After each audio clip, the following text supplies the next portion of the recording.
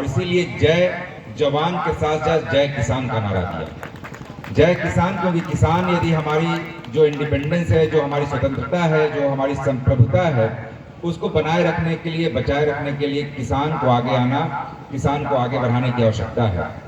और कई तकनीकें प्रयोग में लाई गई और आप लोगों की मदद से हरित क्रांति संभव हो पाई। जो हम लोगों ने ग्रीन रेवोल्यूशन किया और लगातार कृषि आयातों को समाप्त किया, आत्मनिर्भरता प्राप्त की, इसमें सभी किसान बंधुओं का लगातार सहयोग रहा।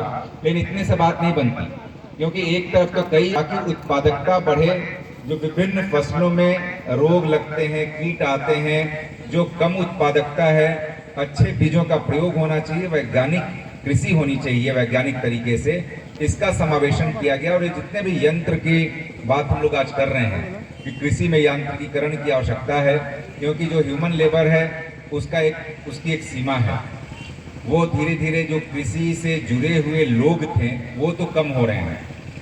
तो आज हम लोगों के पास 140 करोड़ लोगों को खिलाने की बात है, और वहीं पर जो कृषि से जुड़े हुए लोग थे उनकी संख्या कम हो गई, कम कर रहे थे, वहीं दूसरी ओर हम लोग कम कर रहे थे। इसीलिए आप लोगों ने देखा होगा कि जय जवान जय किसान, उसके साथ साथ जय विज्ञान भी जोड़ा गया कि कृषि में वैज्ञानिक तकनीकों। आज कृषि यांत्रिकीकरण सह उत्पादन मेला का आयोजन यहाँ मुसहरी स्थित कृषि विभाग के कार्यालय के प्रांगण में किया गया है, जिसमें बड़ी संख्या में किसानों ने प्रत्येक प्रखंडों से भाग लिया है और विभिन्न एजेंसियों ने अपने यंत्रों का यहाँ पर प्रदर्शन किया है, जिससे किसान बंधु लाभ उठा रहे हैं। और हम लोगों की सोच है और विभाग की यह सोच है कि किसानों को हर तरीके से विभाग के द्वारा सहायता और सहयोग पहुँचाया जाए, उनको अवेयर रखा जाए। किसान सलाहकार और कृषि समन्वयक लगातार फील्ड में इस संबंध में कार्य भी कर रहे हैं और मुझे खुशी है कि काफ़ी बड़ी संख्या में किसानों ने आकर के इस मेला से फ़ायदा उठाया है।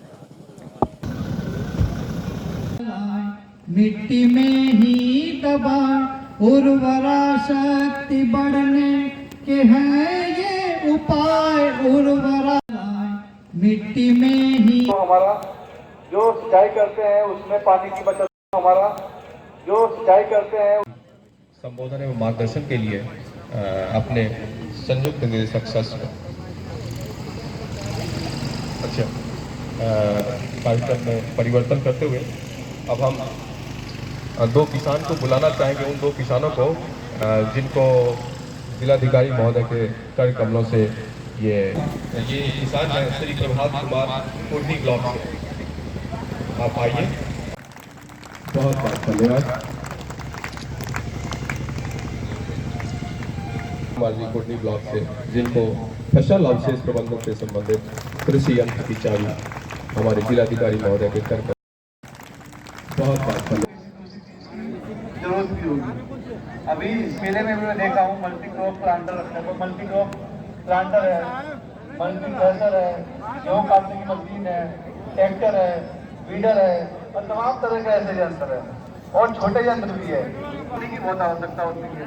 तो यहाँ पे मिनी वीडर भी है जो घास निकालने में काम करती है। और मैं बता दूं आपको 55 घंटे में अगर हम घास निकालते हैं लेबर से तो लगभग 30 से 35 लेबर की आवश्यकता होती है, और जबकि ये यंत्र पेट्रोल से चलता है, मात्र 2 करता है।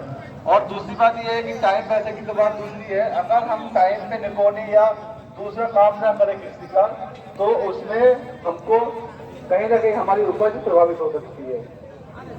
दूसरी बात, अभी गेहूं की बुआई का टाइम चल रहा है तो अभी